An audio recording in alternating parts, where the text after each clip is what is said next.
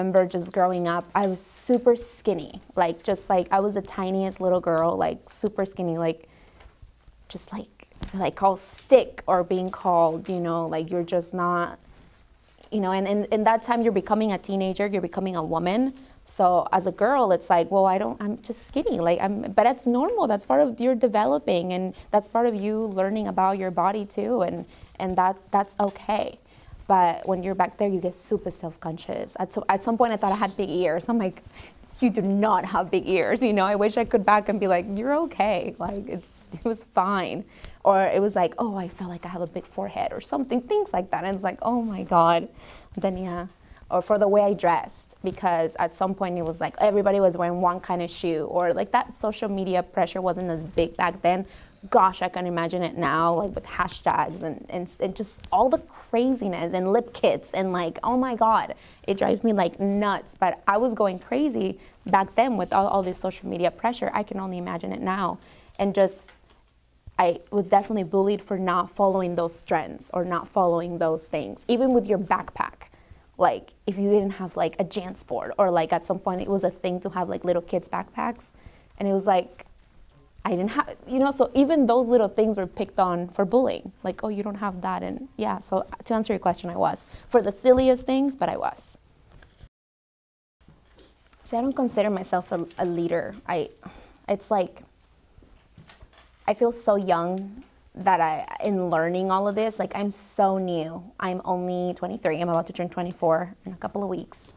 I'm only 23. So I feel like the part that I enjoy about being a leader per se, it's really being able to learn from others. I'm constantly sitting and listening to the conversations that carry out in a boardroom or in a meeting. I'm observing all the other adults in the room. I'm observing them. I'm from the way they speak to the way they answer questions, to the way they relate to an argument, or the way they relate to a question asked to them, or how they ask a question about a particular topic. I'm constantly observing and learning from everyone in the room, and just really understanding everyone's approaches to the conversations that are happening.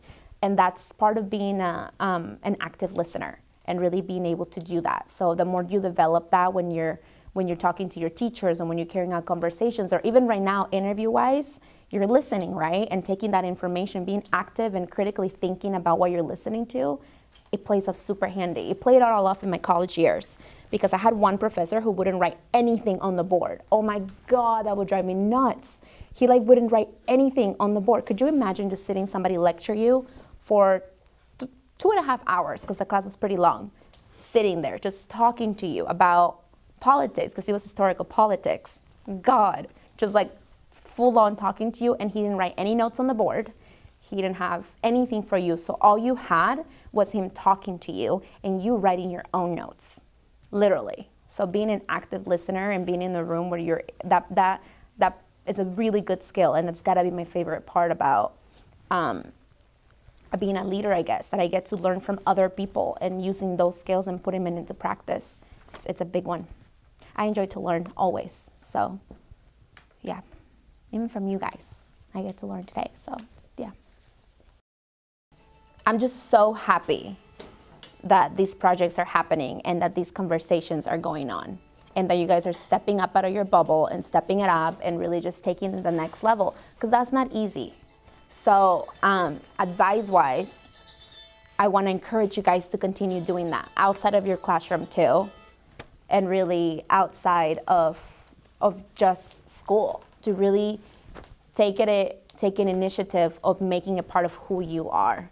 Taking your stories, whether it's your mom, your grandma, in my case was mom, my grandma, right? But like taking your households, really knowing where you come from, own it, and your experiences of what you've got, because we all been through something. So whatever you have gone through, take that experience. Let that be your fuel to make the changes that you would like to see happen. Because we all have, in my case, I have a baby boy, so I know I gotta make the future better for him. I know I gotta work for this community because my little boy is gonna be part of that. You might have a little sister or a little brother, or a little nephew, or a little niece, and the struggles that you see in our people, you have the power to change that. You guys are the next generation of making that happen. So own who you are, take your experiences, and be ready to make a change. My name is Jasmine Ortega. My name is Angelina Toyes. Hi, my name is Precious Pandy. My name is Jared Collado. Hi, my name is Maya Gomez.